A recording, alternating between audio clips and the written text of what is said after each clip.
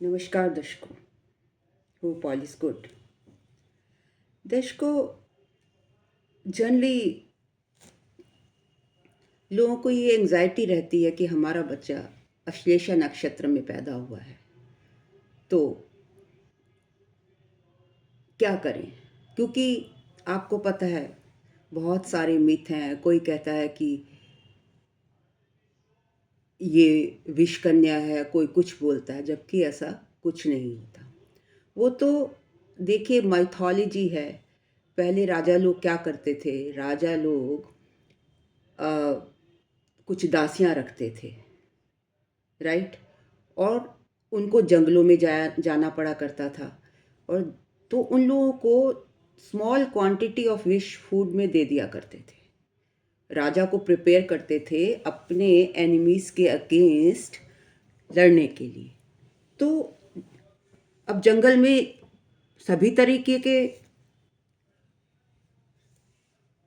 जंगली जानवर भी होते हैं, छोटे मोटे कीड़े भी होते हैं, सब होते हैं जो कि पॉइजनस होते हैं। तो पॉइजन ही पॉइजन को मारता है ना, तो उनमें स्मॉल अमाउंट ऑफ पॉइजन होता था। अपने दुश्मनों से लड़ने के लिए उनकी बॉडी में स्मॉल अमाउंट ऑफ पॉइजन खाने में देते रहते थे। और जो कन्याएं होती थी, जो उनको एंटरटेनमेंट करती थी, या जिनको वो अपने दुश्मन को मारने के लिए यूज़ किया करते थे, सुंदर होती थी वो बहुत। जिस तरीके से सर्प की आंखें होती हैं, अश्लेषा नक्षत्र वाले की आंखें बहुत खूबसूरत होती हैं। मैं एक डिटेल वीडियो मैंने ऑलरेडी भी बनाया हुआ है, आप लोगों ने बहुत लाइक किया है। और अब भी मैं बनाने जा रही हूँ एक नेक्स्ट वीडियो उसके कंटिन्यूशन में ही। तो क्या करते थे, वो उन कन्याओं को भी स्मॉल अमाउंट में विष दे दिया करते थे। और वो जब नृत्य करती थी, तो नृत्य करते करते हिप्नोटिक आइज होती हैं अश्लेषा नक्षत्र वाले की, उनको मोहित कर लिया करती थी अपने दुश्मन को। उसको पता भी नहीं लगता था कि ये क्या करने जा रही हैं, और उनके शरीर में विष छोड़ दिया करती थी। ये उस सदी की बात है। आजकल तो ऐसा कुछ नहीं होता कि आप उसको विष कन्या कहें या किसी और नाम से पुकारें। तो जो अश्लेषा नक्षत्र वाले होती हैं, उनकी योनि होती है सर्प की।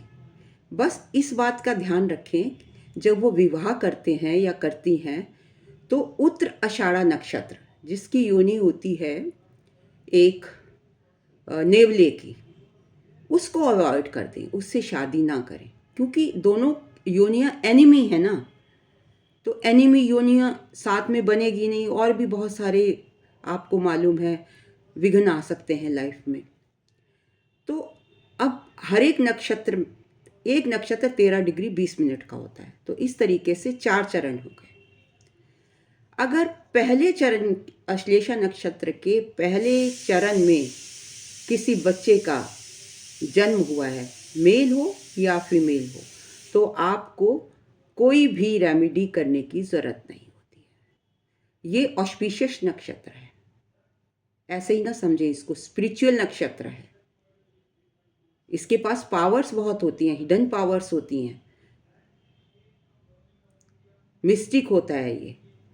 तो डिटेल वीडियो में अभी थोड़ी देर में डालूंगी, ज़रूर देखिएगा उसको। तो सिर्फ अभी मैं पद के बारे में बता रही हूँ। तो जो पहला पद है, उसके लिए आपको कुछ भी करने की ज़रूरत नहीं है। हाँ, बच्चे के लिए, खुद के लिए ही ठीक नहीं है ना, उसका अरिष्ट, उससे अरिष्ट जुड़ जाता है। तो अरिष्ट भंग करने के लिए क्या करना है, अगर दूसरे चरण में है, इसमें देखिए अन्नदान का बहुत महत्व है। अगर अन्नदान किया जाए जो अश्लेषा नक्षत्र में, जब दूसरे चरण में होता है, तो वो बच्चे के लिए खुद ही अरिष्ट होता है। उसकी सेहत खराब हो सकती है या कोई और प्रॉब्लम हो सकती है। तो with in 1 year of the birth of the child, आपको अन्नदान, जितना भी आप अन्नदान कर सकते हैं उतना अन्नदान आपके लिए विद इन 1 ईयर आपको कर देना चाहिए। दूसरे चरण में अगर आपका बच्चा मेल हो या फीमेल हो, वो पैदा हुआ है, तब आपको क्या करना है? तब इन दैट केस वो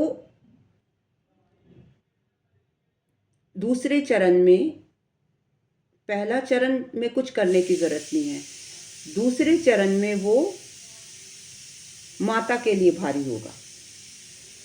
तो ऐसे में आपको क्या करना है?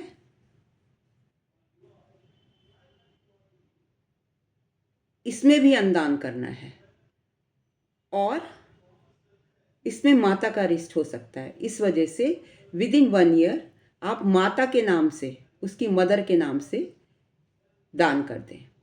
और अगर तीसरे चरण में है, अश्लेषा के तीसरे चरण में है, फर्स्ट में कुछ नहीं करना है, सेकंड में बेबी के लिए करना है, थर्ड में माता के लिए करना है, और फोर्थ में, जो फोर्थ चरण है, शायद मैंने कुछ सीक्वेंस गलत किया बट मैं उसको करेक्ट कर रही हूँ। फर्स्ट चरण में जन्मे हुए बच्चों के लिए कुछ नहीं करना है, सेकंड चरण में जन्मे हुए बच्चों के लिए बच्चे के नाम से अन्नदान करना है, और थर्ड चरण में माता के नाम से, राइट, और फोर्थ चरण में पिता के नाम से अन्नदान करना है। लेकिन करना 1 साल के अंदर अंदर है, जब बच्चा पैदा होता है। तो उसमें आपका अरिष्ट भंग हो जाता है। और अगर आपने अभी तक ये काम नहीं किया है तो आप ईश्वर से माफ़ी मांग के, हाथ जोड़कर प्रार्थना करके उनको बोलिए कि मेरी भूल चूक माफ़ करें, और यदा कदा जितना भी आपसे हो सके अपने सामर्थ्य अनुसार, मैं तो यही कहूँगी कि हर महीने अन्नदान करते रहें। तो आपके लिए भी अच्छा है, आपके बच्चे की ग्रोथ के लिए, स्वास्थ्य के लिए, शादी के लिए, शांति के लिए, सबके लिए अच्छा है। सो अन्नदान सेकंड, थर्ड और फोर्थ चरण में जब अश्लेषा नक्षत्र होता है, उनके लिए अन्नदान with in year of birth of the child, whether it is male or female. Hope you liked my video. If you liked, kindly like, comment, share and subscribe too. Thank you very much for listening me so patiently.